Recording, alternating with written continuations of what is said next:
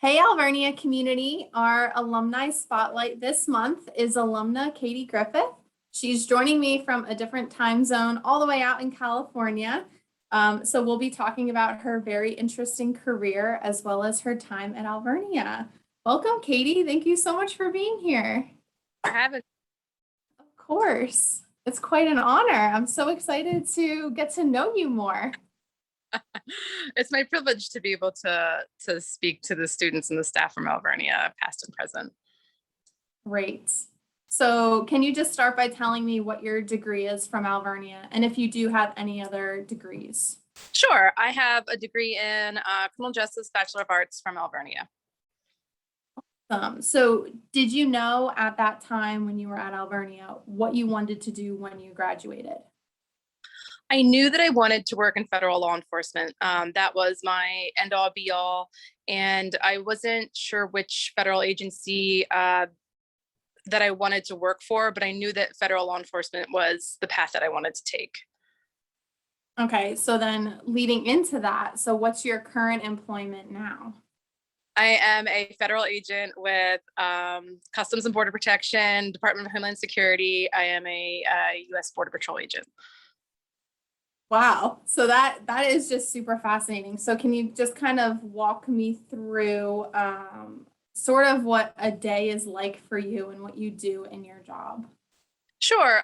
As we call them line agents that go out in the field every day. They'll get to the station.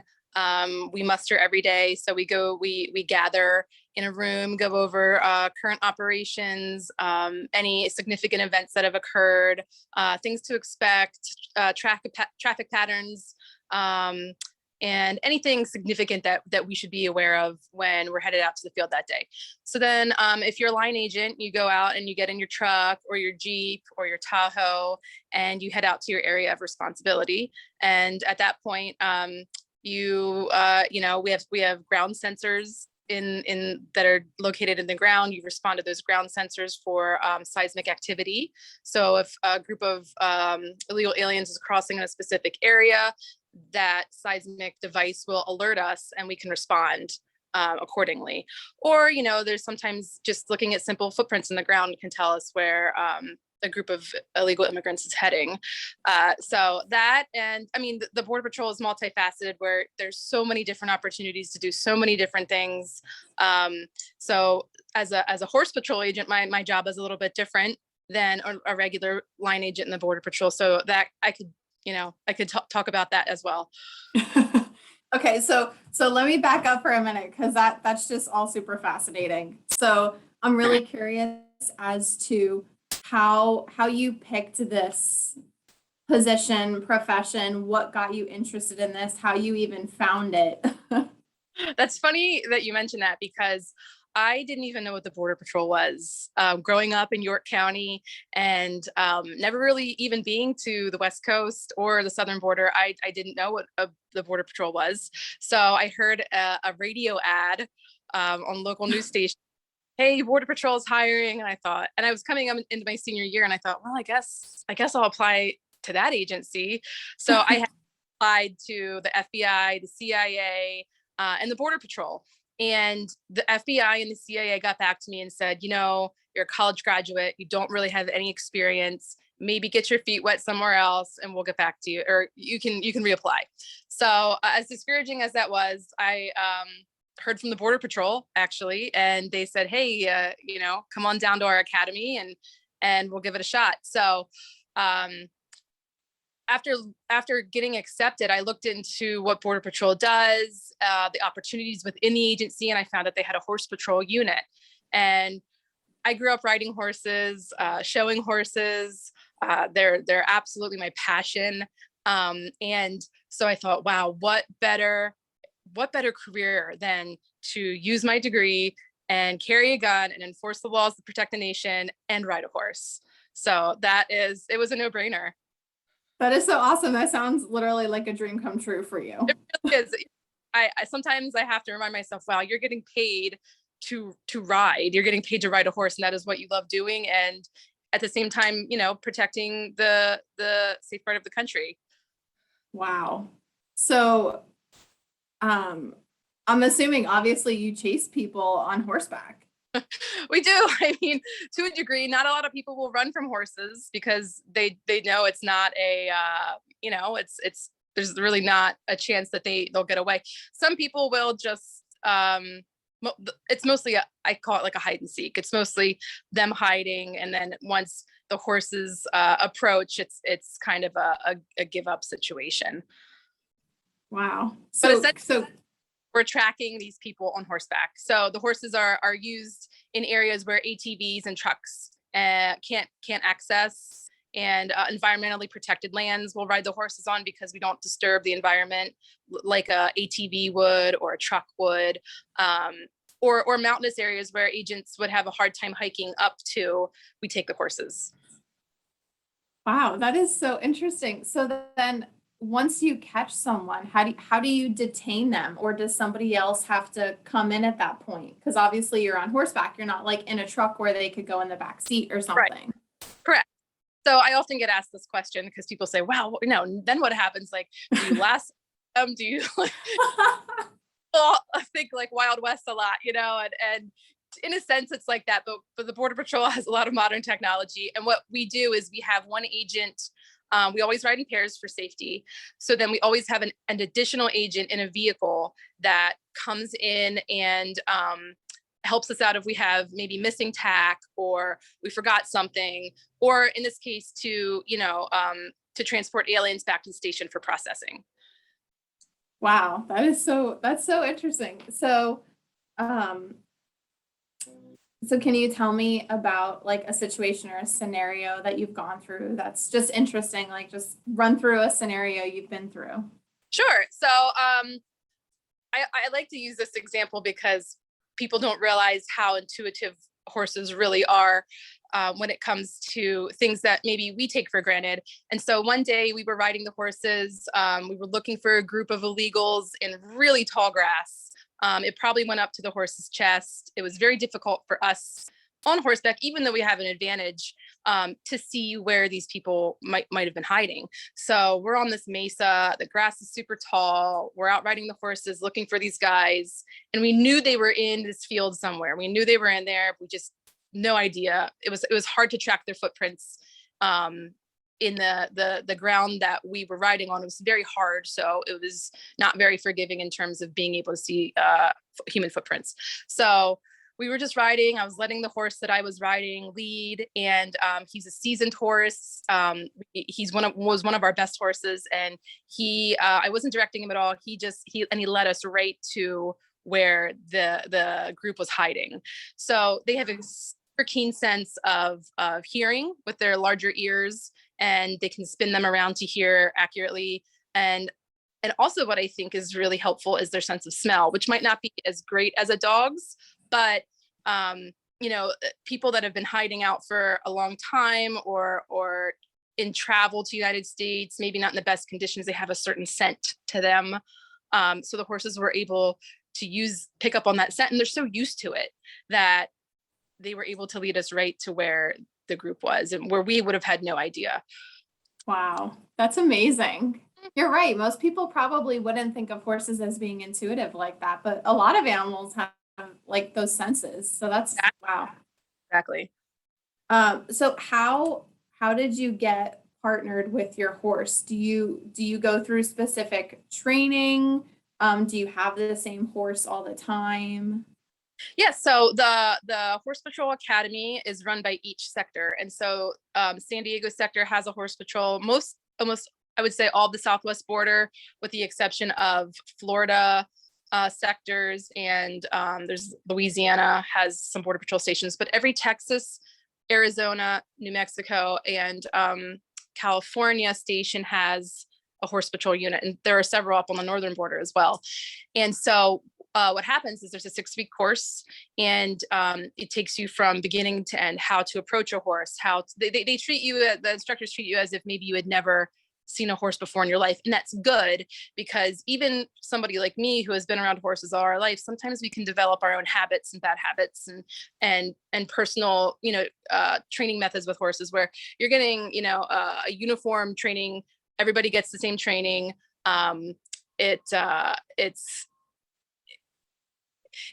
it's basic. They call it the basic horsemanship course. And so you learn to bridle or halter a horse, brush a horse, pick their feet, clean them, saddle them, basic riding. It's a really great course. And then eventually you can go on and become an instructor if you're deemed suitable for it. So after that, you're paired with a horse that is suitable for your riding ability and maybe your personality even. So there's some quirky horses that would need a rider that's a little more attentive. They have some, little, finicky ways about them that would need a rider that is a little more in tune to maybe pick up on those needs. So we have a lot of horses that are very good with novice riders. And what we do is we adopt our horses. They're all Mustangs. We used to buy horses from private buyers, dealers, ranch, but it became very expensive because the horse market fluctuates, kind of like a housing market. So what we do is we're phasing out buying personally bought horses, and we use Mustangs. So we adopt these horses from the Bureau of Land Management. The Bureau of Land Management rounds up Mustangs for, population control and land conservation, because they do tend to overrun ranchers' properties. So that's a whole other issue. But so we'll take the Mustangs from the BLM. The BLM sends the Mustangs to a 90-day training facility at a local prison system. So prisoners that might normally do this collateral job or that collateral job, there's prisoners that their collateral job is to break these wild Mustangs. So from the BLM, from going from wild horses, BLM roundup, then they get sent to correctional facilities where the prisoners will then break these horses. 90 days, they halter break them, they saddle break them. And then when we get them after 90 days, they have the basic knowledge of leading, saddling, riding, stuff like that. So when we get them at the stations, we put a little more time into them to refine their skills and make them suitable for field horses.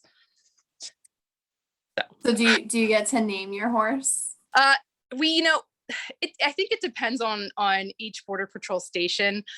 We used to have a name selecting process where we'd vote on it. We'd put our names in and we'd vote on it.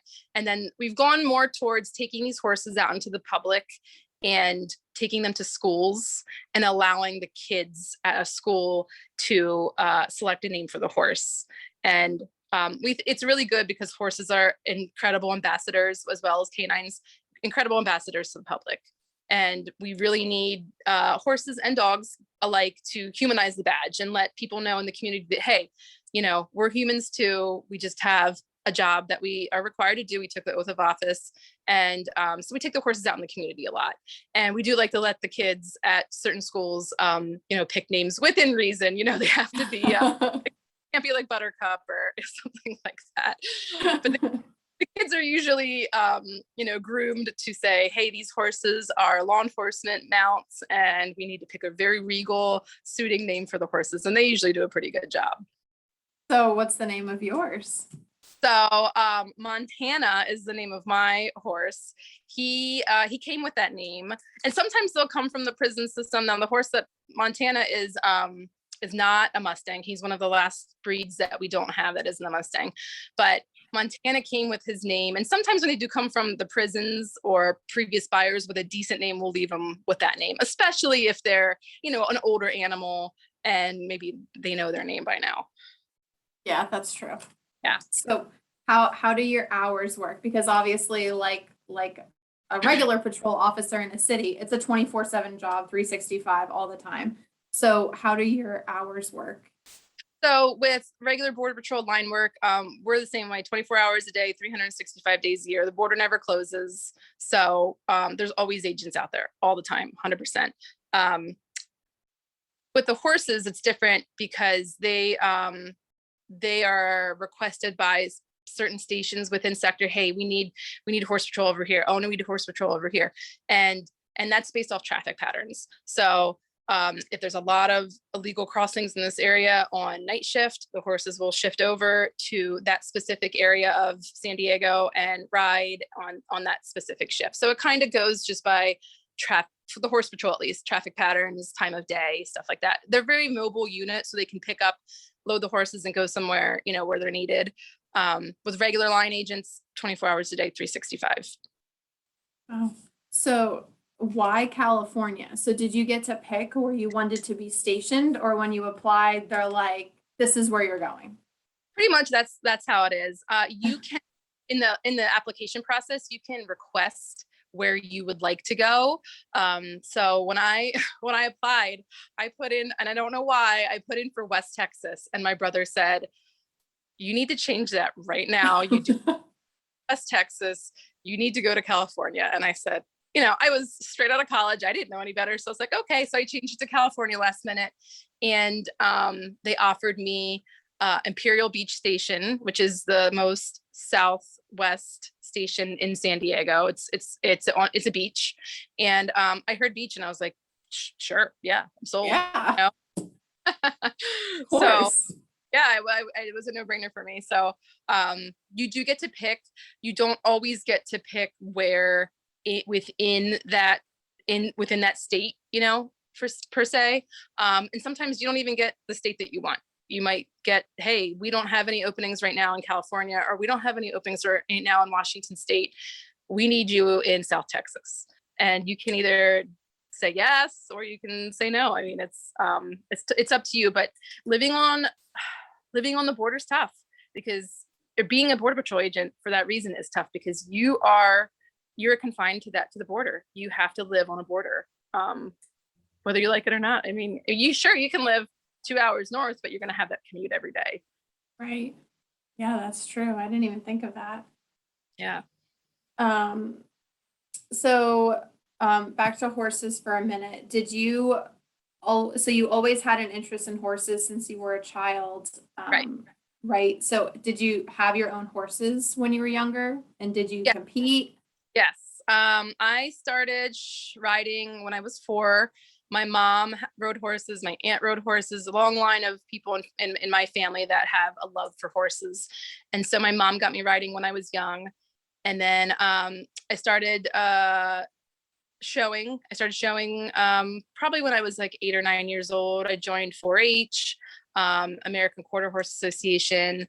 I started then doing rodeo events, which really piqued my interest, because for the longest time I was showing horses in an arena where it's a calm nature. It's very structured. And then I started doing barrel racing and rodeo stuff. And I was like, oh, this is it. This is what I want to do. So I started doing that, and had a great little horse that my mom bought me for my 9th birthday. Great little mare. She could do anything. So you're once in a lifetime heart horse kind of thing. And then we had other horses that, we trail rode and stuff like that. That's pretty cool. I'm really fascinated by just hearing this. And obviously all of this was preparing you for your future career that you didn't know was going to happen. Exactly. I had no idea that I would ever be riding a horse and carrying a gun and enforcing laws, of the nation. It's pretty great. Wow, that's awesome. It certainly seems like you are where you're meant to be. Yeah, I think so. And then you find that niche, and you think sometimes, well, maybe I should, be doing something else. And there was a point in my career where I applied for the FBI again, and I made it through their selection process. I passed the tests, the panel board interviews. And then I thought, I don't think I want, I think I'm where I need to be. And a lot of people would say, wow, you didn't take a job with the FBI. You didn't go to the academy. And I just don't think it was a mistake. I think that I'm supposed to be where I'm at. That's great. So as much as this is your dream job, there's obviously difficulties to any job. So do you find it difficult to not think about work when you're at home? Or how do you separate that?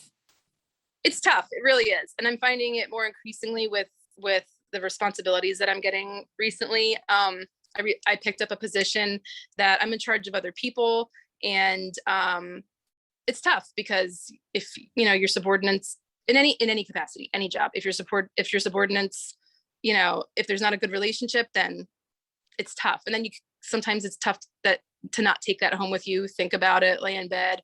What can I do tomorrow to make it better? And working for the Border Patrol, it's a very large agency. We're the largest federal agency in the country, with the most agents, most personnel. And you get these ideas and you think of these things, but man, in the grand scheme of things, like you think, well, how do I get that? How do I get that to a higher level? How do I get that heard? How do I get that? And then, it's difficult to separate work. And I have horses that I tend to after work that are my own. And it's just, it's tough. It really is. And then you start to think maybe, you start to miss home. And I've been in California for 16 years. So since I graduated from Alvernia, which seems crazy that I graduated that. I feel like Alvernia, like it was yesterday, and the good times there. So it's hard to believe that I graduated that long ago, but I've been out here for a long time. I miss Pennsylvania. I miss a lot of things about home. I miss all my family's back there. So I'm kind of like a lone soldier out here by myself, but I don't know. It's important to do in this job in law enforcement. It's important to do self-care, because a lot of times in the current environment, political environment too, it's tough to be law enforcement. It really is. Not everybody likes us. Not everybody agrees with what we, what our job is. I have to be careful with my words. It's a political minefield out there when it comes to Yeah, it is. It's our job is with each administration that comes into office. So with the last administration, super pro law enforcement, lots of funding, lots of budgeting, good things for the job. Now with this administration, it is the complete opposite. So you gotta keep morale. You gotta keep your own morale up for that sake too. It's just a lot of self-care and a lot of rest. Right. And definitely advocating for yourself and your fellow employees who are doing it too. Absolutely. Having each other's backs. Right. We have a resiliency program that's brand new to the Border Patrol, that's nationwide. And it is to train us to be resilient. It's to train us to bounce back from adversity, which we face on a daily basis. Wow.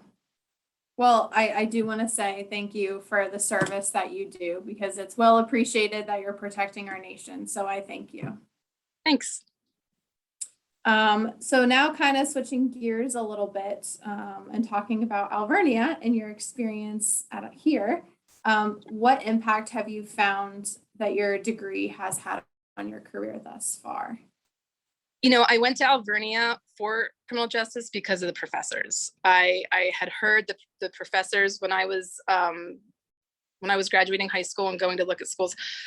I had heard that Alvernia's professors were the best of the best. They had one was a federal agent at one point in his career and then retired to move on to be a professor at Alvernia. Just a lot of experience with the three main professors that I had at AC. Well, I call it AC, but I guess it's AU. That's okay. You're throwing it back. It's all good. Yeah. Vintage clip. So, I went there for the professors and the experience that they gave me through their own experiences, I think prepared me for a job in law enforcement, and I also did an internship through the Washington program, which I found out about through Alvernia, where I did my internship with the Department of Justice in DC. And I found that wasn't what I wanted to do.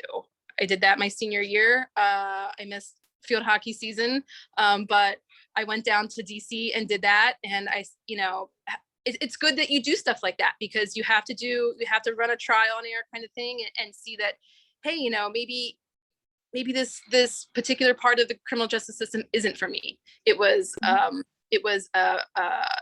office environment. I worked for the Office of International Affairs, and we worked a lot with assistant U.S. attorneys, and it just wasn't the part of law enforcement that I wanted to do. And I'm glad I had that experience, because it eliminated me wasting any additional time after school, maybe going to law school or, seeking some sort of career with with that department. And so I'm glad that I did that. Oh yeah, 100%. All that, I think students should do even more than one internship to figure out what they like and don't like. That's the time to like get your Yeah. foot wet, get it in the door, Yep. make connections, and then you're like, oh nope, this is not what I wanted to do. And I back that 100% because it's, yeah, otherwise maybe I would have, you waste your time doing things that you don't know that you don't want to do until you go and do it and you say, wow, okay, that wasn't for me. Yeah, exactly. So you just said you were in field hockey. So can you just tell me a little bit about your involvement when you were a student here? Yeah, so I played softball and I played field hockey at Alvernia. Like I said, I missed my senior year playing hockey because of my internship, but yeah, if I look back at Alvernia and I think of, man, what are the best times I've had? It was absolutely the girls on the hockey and the softball team, like hands down, just the best times. And my education, of course, was paramount and very important to me. But if you're looking at it in a recreational standpoint, then the relationships that I had and the fun times and the experiences and the stories that I shared with the girls on the hockey team and the softball team, then that's what I, reflect on the most. Yeah, those are like your little Alvernia families too, Yeah. because you spend so much time with them. Yeah. And sometimes, they were a lot of the same girls that played hockey, played softball too. So, and we all lived in the same, we lived at Anthony Hall and it was just, we moved over to the townhouses and, we spent a lot of time together and I am eternally grateful for the friendships that I made, at Alvernia with those girls. Yeah. And two sports is a lot. So you must have always been busy on top of your schoolwork, always training or practicing. I could have gone without the 2 days, but I know it's to train and get ready for the season. But yeah, and I wanted to stay busy. I had the winters off, which was fun. And yeah, I really wouldn't change a thing about it. That's great. So to kind of close this off a little bit here, can you tell me one piece of advice that you wish you had known when you were a current student that you could tell students now? And I feel like you gave a lot of advice actually through this entire thing, but just one culminating piece of advice. Sure. I really do think, and it's to reiterate and mirror what we were just talking about, to go out, get the experience. And it's multifaceted too. So go out and get the experience and see if you like it. And maybe you don't like it. And you can eliminate that from any future, endeavors, and get out and get experience because you need experience. You get out and do it because, just like when I was applying for the FBI, I didn't have any experience other than my internship. And yeah, it was a great internship and it looked great on paper, but it wasn't enough. So like you said too, multiple internships, go out and shadow places, go pick the brains at the local PD stations and their academies and network. I can't stress that enough. And people's, oh, what's that? Go out and talk to people, make connections, get people's business cards, put them in your phones, take pictures with them, make those connections because you don't realize how important networking is in any job, even in my job, which is outside all the time. I'm not in an office.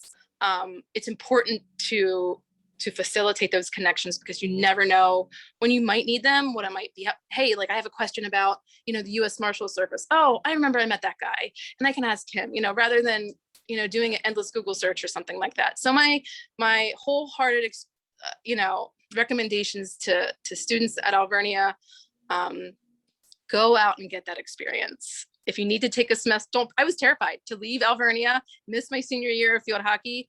I was terrified to do that. I didn't want to miss out on the camaraderie with the girls. I didn't want to miss out on the trips and the wins and all the fun times, but I had a great experience out of it. And I wish I would have traveled abroad. That's one of my other big regrets. I wouldn't have had, a whole lot of time, but I wish I would have traveled abroad too. So just get out there, do the internship, do the shadowing, make the connections, network. And I think that's the biggest caveat that I can take away from all that.